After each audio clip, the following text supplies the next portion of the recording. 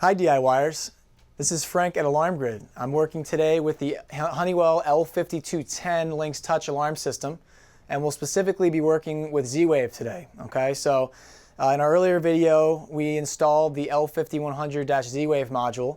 That's a module that allows the L5210 to speak Z-Wave and control lights, locks, thermostats, water valves, any supported Z-Wave devices with this system. Now for specific compatibility, you can always email us at support@alarmgrid.com, but we'll get to that later. For now, what I want to start with is how to include your first Z-Wave device, okay? So Z-Wave is an RF technology that basically allows you to wirelessly control your lights, locks, thermostats, and water valves, other relays as well. But essentially it's a chip that's put into many different manufacturers' appliances. So for example, today we'll be doing a linear PD300Z-2. This is usually the best unit to start off with because of how easy it is to install it. It's just basically a Z-Wave plug-in lamp dimmer. I like them for testing. I also like it to be the first device you can get familiar with how to include. It also has the versatility to move around. You can plug it into a different outlet depending on range on your Z-Wave mesh network. Now getting into a little bit of the details around how Z-Wave works, Z-Wave is an RF technology that uses what's called a mesh network. Okay, so it is technology that uses hops between different Z-Wave devices to come back to the brain, which in this case is the L5100 Z-Wave controller that we've already installed in the L5210. Okay, the first unit you want to have ideally within 25 feet of the panel. Although devices vary depending on firmware, there are some that say you should be within 15, some within 25. Others, of the newer firmware revisions, they can say that they can do up to 75 feet. I usually say the first device should be within 15 to 25 feet ideally. So with that said, for today's testing purposes, we're going to take the PD300Z-2 and actually plug it right into a little extension cord here. Okay. Normally you'd plug in the three-prong outlet, the three-prong connector right into your AC power outlet.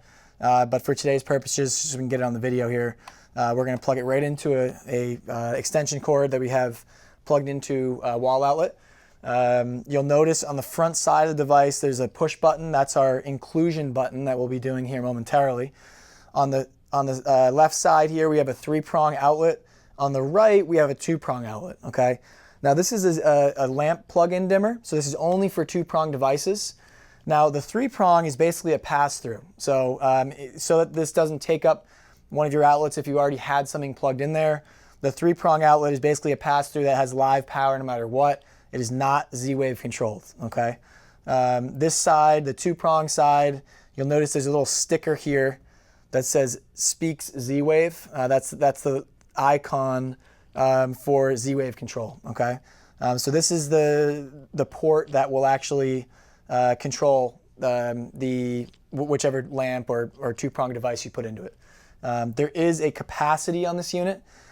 Basically, you want to be it's 120 volts AC, obviously with 60 hertz, but you want to be within 300 watts. So it's a 300 watt maximum.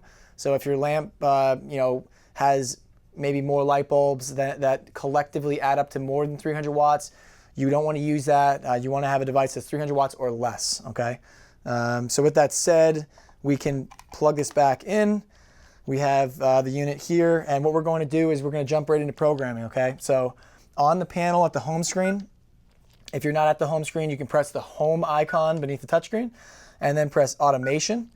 You'll then see all the different devices that would have already been enrolled. Since this is our first device, you won't see anything here. So if we go into switches, again, you won't see anything, no items to display. Okay, we'll back out, hit the down key, and we'll go to tools, and you'll see include, exclude devices. Okay, so my own personal trick here, normally what we're going to do here is just include this device. Because Z-Wave can be a little bit finicky sometimes, I always exclude first. Okay, so just in case this was enrolled somewhere else, we can go to exclude. It'll say ready to exclude device, press the function button. on the unit, usually in its physical placement, but for today's purposes on an extension cord. We'll go ahead and double button press this little unit here. It'll say unknown device excluded, okay? It's usually a good measure just to exclude it because these devices sometimes can be included in a factory, or maybe it's just a good measure to always exclude first. So it says unknown device excluded. Instead of hitting exclude, which would make sense, that would actually go back into exclusion mode. What we're going to do here is we're going to back right out. We're going to go back into inclusion mode. It'll say ready to include. We'll double press here. It'll say device found. There'll be a double beep. And then you'll see in the background here, it says non-secure device, and it'll show you a node number and all that. And then it'll say ready to include. So you can technically include many devices at one time.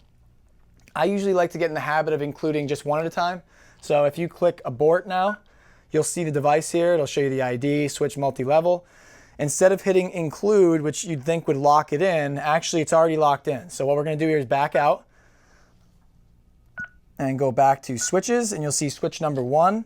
We can click on it and then click edit, and we can actually clear this out and rename it. So I'll just name this, for today, lamp. And right here you can actually control up or down. This is a dimmer, so it does have the ability to pan from 0 all the way up to 100. Okay, so any lamp that's connected to this 2-prong side here will actually be toggled up and down with this panning feature here on the keypad. Okay, so you see now it says lamp. Okay, so that's how you include your first Z-Wave device. Ideally, because of the mesh network and the way that these devices can carry through each other, you want to put this first one within 25 feet. Okay, after this one, from there you want to be within 25 feet of this first device, and from there you can hop out. These devices have the ability to jump up to 4 times back to the panel. Okay, any more than that, it will not make it back. So you always want to be within 4 hops with that 15 to 25 foot range in mind from node to node on the Z-Wave network. Okay, so once this first device is included, you can move on to your next device.